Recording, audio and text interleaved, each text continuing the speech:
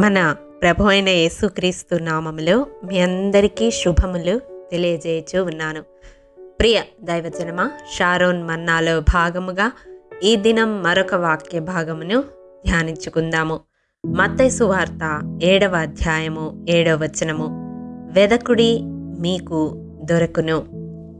ప్రియ దైవజనమా, వెదికితే దొరుకుతుంది అని వాక్యము సెలవిస్తూ ఉంది. మరి మనము వేటి కొరకు వెదికే వారముగా ఉండాలో ఈ దినం వాక్యపు వెలుగులో ధ్యానించుకుందాము. మనుషులు ఈ లోకములో అనేకమైన వాటిని వెతుకుతూ ఉంటారు, అనేకమైన వాటిని పొందడానికి ఆశపడుతూ ఉంటారు. ఈ లోకపరంగా ఏవేవో ఆశిస్తూ ఉంటారు, వాటిని సాధించడానికి వెతుకుతూ ఉంటారు.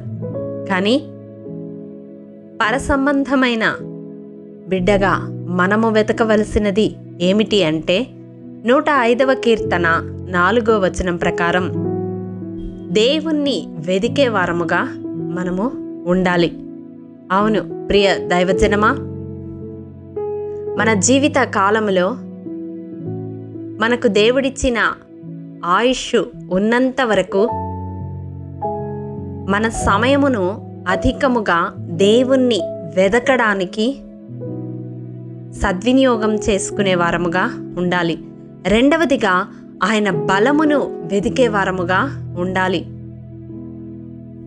బలమునే నడికట్టుగా ధరించుకున్న ఆ సర్వశక్తి కలిగిన దేవుని బలాన్ని మనము వెదకాలి. మూడవదిగా ఆయన సన్నిధిని నిత్యము వెదికే వారముగా ఉండాలి. ఆయన సన్నిధిలో నిత్యము గడపడానికి ఆశపడే వారముగా ఉండాలి. నాలుగవదిగా చూసినట్లయితే మత్తయి సువార్త 6వ అధ్యాయము 33వ వచనం ప్రకారం ఆయన రాజ్యమును నీతిని వెదికే వారముగా ఉండాలి. కానీ దానిని విడిచిపెట్టి మనుష్యులు మిగిలిన వాటినన్నిటినీ వెతుకుతూ ఉంటారు. ఎప్పుడైతే దేవుని రాజ్యమును నీతిని మనము వెతుకుతామో సమస్తము అనుగ్రహింపబడతాయి అని దేవుడు వాగ్దానం చేస్తూ ఉన్నాడు. చివరిగా చూసినట్లయితే కొలస్సీ పత్రిక 3వ అధ్యాయము 2వ వచనం ప్రకారం పైనున్న వాటిని వెదికే వారముగా ఉండాలి.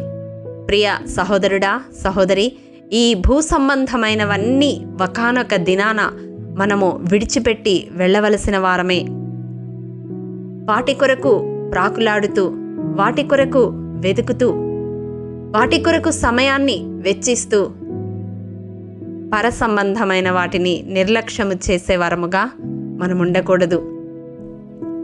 కానీ ఈ రీతిగా దేవుణ్ణి వెదకడం వలన మనకు ఏమి కలుగుతుంది లాభం అని చూసినట్లయితే జెఫన్యా గ్రంథము 2వ అధ్యాయము 3వ వచనం ప్రకారం ఉగ్రత దినమందు దాచబడతాము.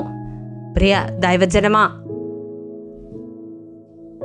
సర్వశక్తుని ఎదుట నిందారహితముగా నిష్కళంకముగా మనము నిలబడాలి అంటే ఈ లోకములో ఆయన సన్నిధిని వెదికే వారముగా ఉంటేనే సాధ్యపడుతుంది. ఆ మహా ఉగ్రత దినమందు తప్పించబడాలన్నా, దాచబడాలన్నా దేవుణ్ణి వెదికే బిడ్డలుగా ఆయన దృష్టిలో మనం ఉండాలి. ఎప్పుడు వెతకాలి? చూడండి, యెషయా గ్రంథం 55వ అధ్యాయం 6వ వచనం ప్రకారం ఆయన మనకు దొరుకు కాలమునందే ఆయనను వెదికే వారముగా ఉండాలి. ఇది కృపాకాలము. ఆయన పిలిచిన తోడనే పలికే కాలము. ఈ కాలములోనే ఆయన్ని వెదికే బిడ్డగా జీవిద్దాము. ఆయన సన్నిధిలో నిత్యము సహవాసము చేయడానికి అభ్యాసము చేసుకుందాము. వాక్యము ద్వారా ఆయన బలాన్ని వెతుకుదాము. ఆయన ఏమై ఉన్నాడో వెతుకుదాము. ఆయన సన్నిధిలో నిత్యము ఆనందిద్దాము. అప్పుడు ఉగ్రత దినమందు మనము దాచబడతాము. అతి కృప దేవాది దేవుడు మనందరికీ అనుగ్రహించునుగాక. ప్రేమ నమ్మకము కలిగిన మా ప్రియ పరలోకపు తండ్రి, మీ పరిశుద్ధ పాదములకు వందనములు. ప్రభువా, విత్తబడిన వాక్యమును ప్రతి హృదయములో నూరంతలుగా ఫలింపచేయండి. అయ్యా, మేము ఏమి వెదికే వారముగా ఉండాలో మీరు బయలుపరిచినారు. అవును తండ్రి, నిన్ను, నీ బలాన్ని, నీ సన్నిధిని, నీ రాజ్యమును, నీ నీతిని, పైనున్న వాటిని వెదికే వరముగా మమ్మల్ని రూపాంతరపరచండి. తద్వారా ఉగ్రత దినమందు దాచబడే కృపనిమ్మని యేసు అతి పరిశుద్ధ నామం పేరట అడిగి పొందుకొని ఉన్నాము తండ్రి. ఆమేన్. ప్రియ దైవజనమా, అనుదినము షారోన్ మన్నా ద్వారా అడగబడుచున్న నెంబర్ ఇన్ బైబిల్ క్విజ్ ప్రశ్నలకు సమాధానములు ప్రతి నెల మొదటి వారము కామెంట్ బాక్స్లో పోస్ట్ చేయబడతాయి. కాబట్టి గమనించి మీకు తెలియని ప్రశ్నలకు సమాధానములు తెలుసుకొనగలరని ప్రభు పేరట మనవి చేయుచూ ఉన్నాము. ప్రియ దైవజనమా, ఈ దినం నెంబర్ ఇన్ బైబిల్ క్విజ్ ప్రశ్న: యెజబెలు యెహోవా ప్రవక్తలను నిర్మూలము చేయుచుండగా 100 దాచి అన్నపానములిచ్చి పోషించినది ఎవరు? మీ సమాధానం మాకు తెలియజేస్తారు కదూ.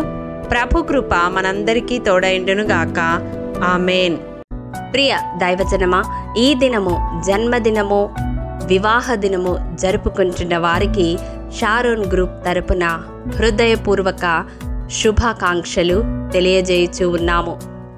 దేవుడు శ్రేయస్కరమైన ఆశీర్వాదములతో ఈ సంవత్సరాది నుండి సంవత్సరాంతము వరకు మిమ్ములను నింపాలని ప్రార్థిస్తూ ఉన్నాము.